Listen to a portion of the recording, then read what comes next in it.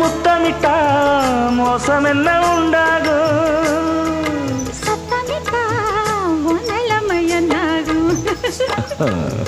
புது வளையல அரைச்சு தொண்டையில தான் நினைச்சு மாமன் கிட்ட பேச போற மணிக்கணக்கா.